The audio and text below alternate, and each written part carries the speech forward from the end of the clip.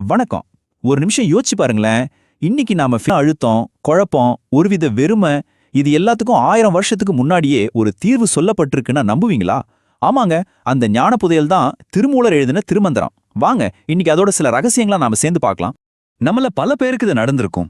நல்ல சம்பளம், நல்ல வேலை, வீடு, கார்னு வெளிய பார்க்க எல்லாம் பக்காவா இருக்கும்.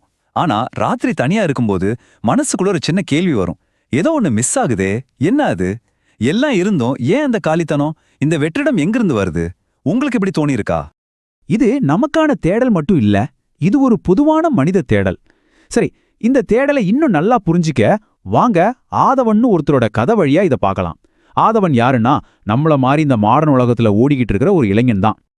இதோ இவர்தான் ஆதவன். வெளியில இருந்து பார்த்தா இவன் வாழ்க்கைய ஒரு பெர்ஃபெக்ட் ஸ்டோரி. ஆனா உள்ளுக்குள்ள ஒரு சிக்கலான நூல்கண்டு மாதிரி ஒரே குழப்பம். நான் எதுக்கு ஓடிட்டு இருக்கேன்?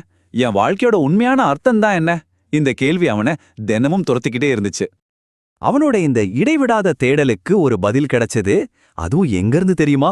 ஒரு பழங்கால புத்தகத்தில இருந்து. அந்த புத்தகம்தான் திருமந்திரம்.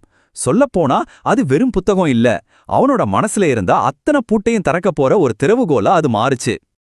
அந்த புத்தகத்தை திறந்ததும் அவன் கண்ணுல பட்ட முதல் வரி ரொம்ப சிம்பிளான வரி, ஆனா ரொம்ப பவர்ஃபுல்லான வரி. அன்பே சிவம். அடா, இந்த ரெண்டே வார்த்தையில பிரபஞ்சத்தோட மொத்த ரகசியமும் அடங்கியிருக்குன்னு அப்போ அவனுக்கு தெரியல. அப்போ அன்பே சிவம்னா என்ன அர்த்தம்? கடவுளுங்கிறது கோவிலிலேயோ சடங்குகள்லயோ மட்டும் இல்ல, நாம மத்தவங்க மேல காட்டுற நிபந்தனையற்ற அன்புல இருக்காரு. நாம செய்யற சின்ன சின்ன தன்னலமற்ற உதவிகள்ல இருக்காரு. இதுதான் திருமந்திரத்தோட மைய கருத்து. அன்புதான் கடவுள். சிம்பிள். இந்த ஒரு வரி ஆதவனோட பார்வையே மாத்திடுச்சு. அவனோட ஃபோக்கஸ் மெதுவா மாற ஆரம்பிச்சுது. நல்ல சம்பளம், பெரிய வேலை, பொருள் வசதின்னு வெளியில தேடின வெற்றில இருந்து மன அமைதி, மன நிறைவு, சந்தோஷம்னு உள்ளுக்குள்ள தேட ஆரம்பிச்சான். அப்பதான் அவனுக்கு புரிஞ்சுது, உண்மையான சொத்து பணமோ பொருளோ இல்ல, மன நிம்மதிதான்னு. சரி, இதெல்லாம் கேட்க நல்லா இருக்கு. ஆனா அன்பே சிவம்னு சொல்றது சுலபம். இத நம்ம அன்றாட வாழ்க்கையில எப்படி கொண்டு வர்றது, எப்படி பயன்படுத்துறது? திருமந்திரம் அதுக்கும் தெளிவான வழிய காட்டுது. வாங்க பார்க்கலாம்.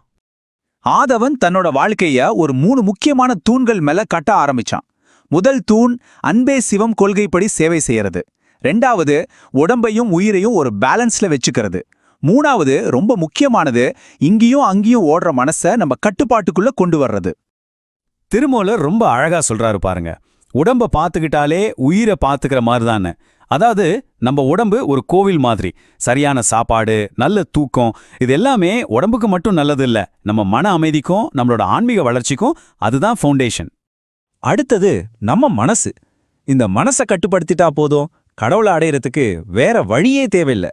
மூச்சு பயிற்சி, தியானம் மாதிரியான விஷயங்கள் பண்ணும்போது கோபம், பொறாமை மாதிரியான நெகட்டிவ் எண்ணங்கள் எல்லாம் குறையும்.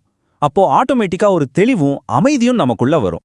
ஒரு நிமிஷம், நாம இதுவரைக்கும் பார்த்தது எல்லாமே இந்த பயணத்தோட ஆரம்பம்தான். திருமந்திரம்ங்கிறது வெறும் ஒரு லைஃப் ஸ்டைல் புத்தகம் மட்டும் இல்ல, அது ஒரு மிகப்பெரிய ஆன்மீக பயணம். சொல்லப்போனா ஒரு மேஜிக்கல் ஜர்னி. 3000 இந்த நம்பரை பாருங்க. இது வெறும் ஒரு நம்பர் இல்ல, இதுக்குள்ள ஒரு பெரிய ஆன்மீக ரகசியமே அடங்கியிருக்கு. அப்படி என்னதான் இருக்கு இந்த 3000த்துல? திருமந்திரம் ஒரு புத்தகம்னு சொல்றதை விட நம்ம ஆன்மாவுக்கான ஒரு மேப்னு சொல்லலாம். அதுல இருக்கிற ஒவ்வொரு பாடலும் ஒரு படி. மொத்தம் 3000 பாடல்கள். அதாவது 3000 படிகள் கொண்ட ஒரு ஆன்மீக ஏணி. திருமூலர் நமக்காகவே இதை செஞ்சு வச்சிருக்கார். அப்பப்பா, இதுக்கு பின்னால இருக்கிற உழைப்ப கேட்டா மலைச்சு போயிடுவீங்க. திருமூலர் என்ன செஞ்சாரு தெரியுமா?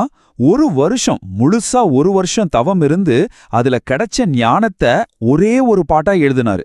இதே மாதிரி 3000 வருஷம் தவம் இருந்து 3000 பாடல்களை நமக்காக கொடுத்திருக்காரு. நினைச்சு பாருங்க, இது ஒரு புத்தகம் இல்ல, ஒரு மாபெரும் தவம். இந்த 3000 படிகளும் நம்மளோட உணர்வு நிலைகளை குறிக்குது. அதாவது மூலாதாரம்னு சொல்ற நம்மளோட அடிப்படை நிலையிலிருந்து ஆரம்பிச்சு படிப்படியா நம்ம உணர்வை மேல கொண்டு போய் கடைசியா சகசிராரம்னு சொல்ற பிரபஞ்ச உணர்வோட ஒன்னா கலக்கிறது தான் இந்த பயணத்தோட நோக்கம். இது வெளியே நடக்கிற பயணம் இல்ல, நமக்குள்ளேயே நடக்கிற ஒரு பிரபஞ்ச பயணம். சரி, இப்ப எல்லாத்தையும் ஒன்னா இணைச்சு பார்க்கலாம். நாம தினமும் செய்யற சின்ன சின்ன நல்ல விஷயங்களுக்கும் இந்த 3000 படிகள் கொண்ட பெரிய பிரபஞ்ச பயணத்துக்கும் என்ன சம்பந்தம்? இங்கதான் திருமந்திரத்தோட மொத்த அழகும் இருக்கு. அந்த 3000 படிகள் கொண்ட பிரம்மாண்டமான பயணத்தை ஆரம்பிக்க நாம மலைய புரட்ட வேண்டியதில்லை. நாம செய்ய வேண்டியது ஒரே ஒரு சின்ன விஷயம்தான். அந்த முதல் படி ரொம்ப ரொம்ப சிம்பிள். அதுதான் அன்பு. ஆமாங்க, மத்தவங்க மேல நாம காட்டுற அந்த சின்ன அன்பு தான் அந்த பெரிய பயணத்தையே தொடங்கி வைக்குது. அப்போ இந்த மொத்த பேச்சில இருந்தும் நாம எடுத்துக்க வேண்டிய முக்கியமான விஷயங்கள் என்னன்னா, 1 நம்மளோட உண்மையான சொத்து மன அமைதி தான். 2 உடம்பு, மனசு, ஆன்மா இந்த 3ஐயும் எப்பவும் பேலன்ஸ்டா வச்சுக்கணும். 3 வெளியே நடக்கிறதெல்லாம் இன்னைக்கு இருக்கும் நாளைக்கு போகும். ஆனா நம்ம ஆன்மா நிரந்தரமானது. கடைசியா கடவுளை அடையறதுக்கு பெரிய வழியெல்லாம் இல்ல, அன்பு காட்டினா போதும், சேவை செஞ்சா போதும். கடைசியா திருமந்திரம் நமக்கு சொல்ற ஒரு பவர்ஃபுல்லான மெசேஜ் இதுதான். நாம சந்தோஷத்தையும் நிம்மதியும் பதில்களையும் எங்கெங்கயோ வெளியில தேடிட்டு இருக்கோம். ஆனா திருமூலர் சொல்றாரு, நீங்க தேடுற எல்லாமே உங்களுக்குள்ளதான் இருக்குன்னு. என்ன அந்த உள்பயணத்தை இன்னைக்கே ஆரம்பிக்கலாமா?